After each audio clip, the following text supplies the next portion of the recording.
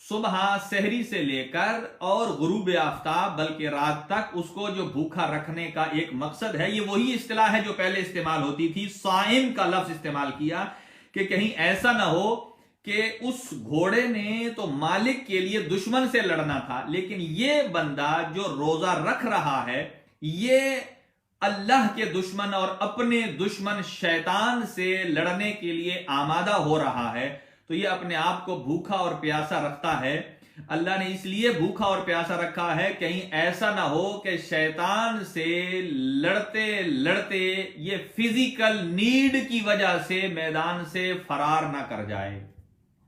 اب اسی کو آپ کسی اور طرف بھی آپ لے جا سکتے ہیں کہ بہت سارے، چاہے وہ 2 ٹانگوں والا حیوان ہو یا 4 ٹانگوں والا حیوان ہو، جب بھی حضور سرور کائنات کے وہ ہم رقاب رہے تو اسی فزیکل نیڈ کی وجہ سے، مال غنیمت کی وجہ سے، کسی اور لالچ کی وجہ سے جو میدان کو چھوڑ کے بھاگ رہا ہے، اس کا مطلب یہ ہے نہ اسے بھوکا رہنے کی عادت ہے نہ اسے پیاسا رہنے کی عادت ہے، وہ عین اس ٹائم پر میدان سے بھاگ جاتا ہے جب ضرورت ہوتی ہے رحمان کو بھی اور حبیب خدا کو بھی کہ یہ لوگ میدان میں جمے رہیں۔ لہذا یہ اصطلاح پہلے سے استعمال ہوتی تھی اور اسی کو شریعت مقدسہ اسلام نے استعمال کیا، اور پھر فرمایا کہ اگر آدمی روزہ رکھتا ہے، معصوم نے فرمایا ان سمتا، اگر آپ روزہ رکھ رہے ہیں تو فلیسم بصرک، اگر آپ روزے سے ہیں تو صرف زبان اور کھانے پینے پیٹ کا روزہ نہ ہو بلکہ آپ کی آنکھ کا بھی روزہ ہونا چاہیے، عینک و اذنک، آپ کے کان کا بھی روزہ ہونا چاہیے، آپ کی زبان کا بھی روزہ ہونا چاہیے، اور آپ کی جلد اور آپ کے قلب اور نفس کا بھی روزہ ہونا چاہیے۔ اگر آدمی صرف پیٹ کو بھوکا اور پیاسا رکھے لیکن اس کے ساتھ غیبت کا سلسلہ بھی چلتا رہے اور چغل خوری کی لطافت بھی حاصل کرتا رہے اور اس کے ساتھ چگلی اٹھانے کی لذت بھی حاصل کرتا رہے، اگر یہ ساری چیزیں ساتھ ساتھ جاری اور ساری ہیں تو پھر فرمایا یہ وہ روزہ نہیں ہے کہ جس سے شیطان کا چہرہ کالا ہوتا ہے، بلکہ ایک مرتبہ حضور سرور کائنات حضرت محمد مصطفیٰ صلی اللہ علیہ وآلہ وسلم نے دیکھا کہ ایک کنیز ہے جو ایک مالکن ہے کہ جو اپنی کنیز کو حالت روزہ میں گالم گلوچ دے رہی ہے اور نازیبا الفاظ سے گالی دے کر سب کر کے شتم کر کے اسے پکار رہی ہے۔ جیسا ہی یہ سب اور شتم اور گالی کی آواز حضور سرور کائنات صلی اللہ علیہ وآلہ وسلم کے کان میں پڑی اور آپ نے اسے حکم دیا اس کے لیے کھانا لایا جائے، ابھی اس کو کھانا کھانے کے لیے کہا گیا اور جیسے ہی کھانا پیش کیا گیا اب حضور سرور کائنات کا حکم تھا اور وہ کہنے لگی یا رسول اللہ میں تو روزے سے ہوں، میں تو حالت روزہ میں ہوں۔ آپ نے ارشاد فرمایا ابھی میں نے اپنے 2 کانوں سے سنا ہے کہ تو نے اپنی کنیز کو گالی دی ہے، کہا جو گالی دیتا ہے اس کا تو روزہ ہوتا ہی نہیں ہے۔ یہ وہ کمالات میں سے ہے کہ جو روزے کے ان معیار پر اللہ رب العالمین اپنے بندے کو لے جانا چاہتا ہے، اور یہی وجہ ہے کہ اللہ پروردگار عالم نے حضرت محمد مصطفیٰ صلی اللہ علیہ وآلہ وسلم کی اس امت کو کئی ایسی صفات سے نوازا ہے کہ گزشتہ انبیاء ان پر رشک کرتے تھے۔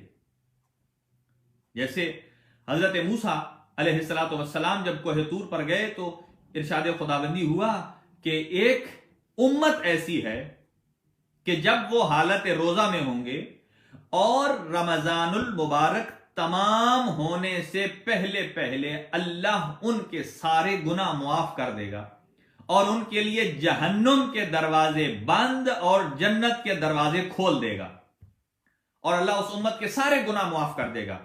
حضرت کلیم اللہ موسیٰ علیہ السلام نے پوچھا یا رسول اللہ، یا اللہ کیا وہ امت میری امت ہوگی؟ آپ نے فرمایا نہیں، یہ امت ہوگی نبی آخر الزمان کی امت ہوگی۔ حضرت محمد مصطفیٰ صلی اللہ علیہ وآلہ وسلم کے وجود کی برکت سے اللہ نے جو رمضان کے شروع میں جنت کے دروازے کھولے ہیں اور رمضان کے اینڈ پر ان کو جب بند کرے گا تو تبھی زمین و آسمان کے درمیان، ابھی آپ افطار کریں گے، افطار کے بعد سے لے کر صبح سحری سے پہلے تک یہ جو دورانیہ ہے، اس دورانیے میں حدیث ہے معصوم کی، آپ ارشاد فرماتے ہیں کہ افطار سے لے کر سحری تک اس پیریڈ میں ہزاروں فرشتے آسمان سے اترتے ہیں زمین پر، اور قطار اندر قطار یعنی لائن باندھے ہوئے ہوتے ہیں، اور وہ زمین و آسمان کے درمیان ندا لگا رہے ہوتے ہیں، آواز بلند کر رہے ہوتے ہیں، منادی ہوتے ہیں وہ۔ اور وہ کیا آواز بلند کرتے ہیں؟ فرمایا وہ 4 قسم کی آوازیں بلند کرتے ہیں۔ پہلی آواز کیا ہے؟ وہ ملائکہ کیا کہتے ہیں؟ حل من سائل، کہ ہے کوئی اللہ سے مانگنے والا سوالی؟ اللہ اکبر۔ اگر کوئی جاننا چاہے اس ماہ رمضان کی برکت کیا ہے، باقی 11 مہینے انسان منتظر رہتا ہے کہ رحمان کو راضی کرے، اور اللہ سے جو دعا مانگتا ہے پھر منتظر رہتا ہے کہ میری دعا کب منزل استجابت تک پہنچتی ہے۔ 11 مہینے بندہ منتظر ہوتا ہے کہ اللہ کب میری دعا کو مستجاب فرماتا ہے، لیکن اس 30 دن کے عرصے میں اللہ منتظر ہے کہ کون میرا بندہ ہے کہ جو میری طرف پلٹ کر آتا ہے۔